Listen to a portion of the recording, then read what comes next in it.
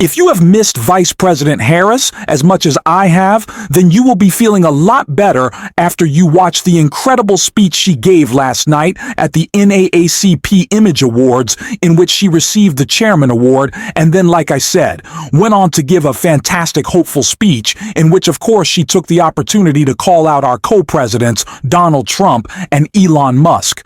There were no holds barred from Cam. She let both of them have. It was the perfect speech for a quite imperfect moment, but it was good to have her back, and we are going to get into that all. But before we do, if I could quickly ask you to leave a like on this video, and if you haven't already, and you enjoy our channel, to hit that subscribe button. It goes a long way. And it really does mean a lot to me. Now, we haven't seen an angry post from Donald Trump on this speech just yet, but I expect it to come. And you will see why after you check out what President Harris had to say. I want to thank you, Chairman Russell, for your kind words and your long-standing leadership. To Devin, I'm so proud of you, and it is so good to see you. I know the future of our country is bright when I look at you. So I will say, as a very proud lifetime member of the NAACP, I thank everyone here for your tireless advocacy and for your years of support. To receive this award has very special meaning for me. As everyone here may know, I grew up inspired by the work of the NAACP, inspired by all those who took up the fight for justice, for equality, and for opportunity. Their example is part of the reason I chose a life of public service, seeking to always live by the words of a distinguished NAACP founder, W.E.B. Du Bois, when he said, "It is today that our best work can be done, and not some future day or future year." And this sense of urgency is what we must have today, knowing, as the saying goes, eternal vigilance is the price of liberty.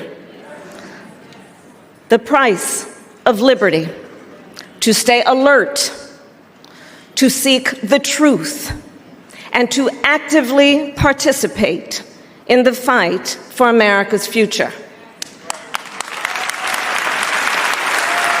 This organization came into being at a moment when our country struggled with greed, bitterness, and hatred. And those who forged the NAACP, those who carried its legacy forward, had no illusions about the forces they were up against. No illusions about how stony the road would be. But some look at this moment and rightly feel the weight of history. Some see the flames on our horizons, the rising waters in our cities, the shadows gathering over our democracy, and ask, what do we do now? But we know exactly what to do, because we have done it before, and we will do it again.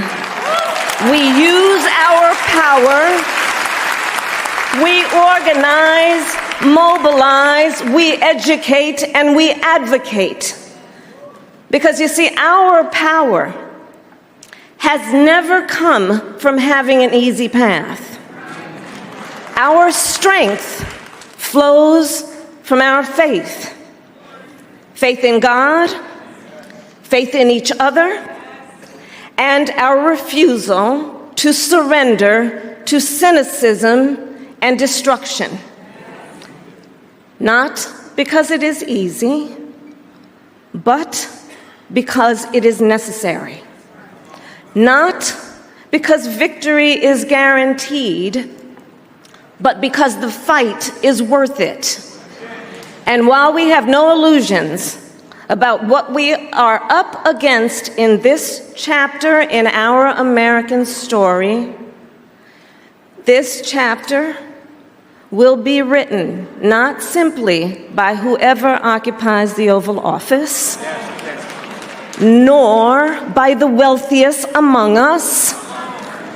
The American story will be written by you, written by us, by we the people. I thank you. God bless you, and God bless the United States of America. It is so difficult to see not just Donald Trump, but Elon Musk every day do something or say something or post something that just hurts the way that they have ripped apart our government in just for, I was going to say short but long weeks, and they are continuing to put people's lives, jobs, and sanity at risk with every action they take. And then you look at Vice President Harris, someone who brought so much hope to us last summer, last election, and who still brings hope. But that is a public servant. That is someone who cares. That is someone who is fighting for us, and not just a tiny group of the richest people and biggest corporations in the history of this planet. And yeah, America screwed this one up. You didn't VP Harris. Didn't a lot of people did though. And it is disappointing, but VP Harris knows that the road ahead is difficult, and it requires us to continue to use our voices and to fight. And someone who has been doing an incredible job accomplishing just that has been Bernie Sanders, who is on a tour calling out the oligarchy. And I want to play a clip from a speech he gave just yesterday, right here. Brothers and sisters, I honestly believe that we can take on Trumpism and defeat it. We can.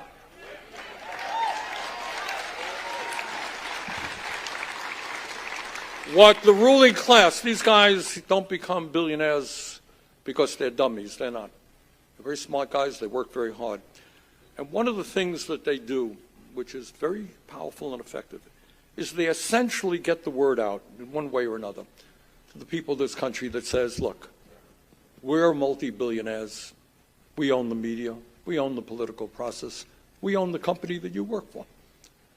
We got the power. You don't. And there ain't nothing you can do about it. Your job is to work for us. That's what your job is. And they want to, when they say those things implicitly, what they are trying to do is demoralize the American people and make us feel hopeless. Oh, God, we can't do anything. That's what they want you to believe. It ain't true.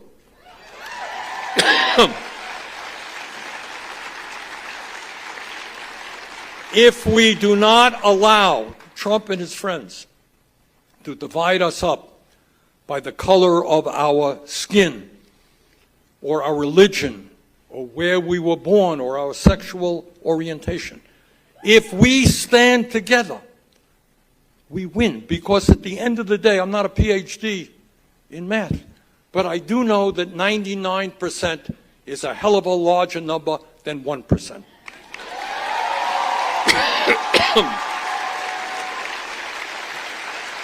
Now, I don't know how much y'all keep up with the Joe Rogan podcast. I hope not a lot. I hope you only see Joe Rogan when we call him out on this show. But recently, Joe Rogan did a little bit of bootlicking of Elon Musk and was talking about how, well, of course, Elon doesn't want your money. He's not going to try to steal your money. He's not using the government to enrich himself. He already has so much money.